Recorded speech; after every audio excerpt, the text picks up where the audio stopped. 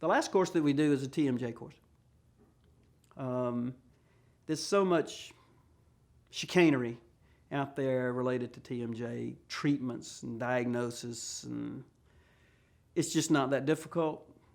It's a preventable problem, and it's also a very treatable problem, but you have to understand the temporomandibular joints anatomically.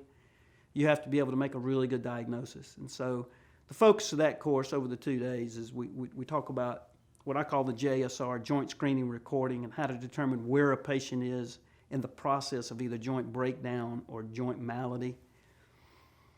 And then once a good diagnosis is made, then how to treat that. We will actually make splints. You need to be able to do that in your office. You don't need to be able to you don't need to send that out. You should do that in your office. It should be something a staff member could do. Splint therapy is one of those things that is a wonderful service to offer to your patients. But there again, there's 1,000 different ways to do it. Everybody's telling you their technique. But if you go right back to the diagnosis and you go right back to where that patient is, how can you manage that? And in many instances, this is with splint therapy.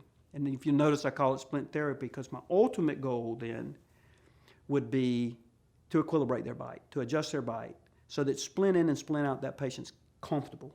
And the splint's nothing more than an ace bandage. When they have a little problem, they can pop it back in.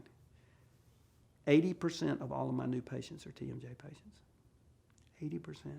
So how do I get to do dentures and partials and root canals and all that? Well, a lot of them have teeth that need to be fixed on top of that. Or they got a next door neighbor who's got a TMJ problem, who's missing all their teeth, that kind of stuff. And so that relationship-based approach to dentistry, all my patients come from my existing patients. So that little course is great. It's a lot of fun.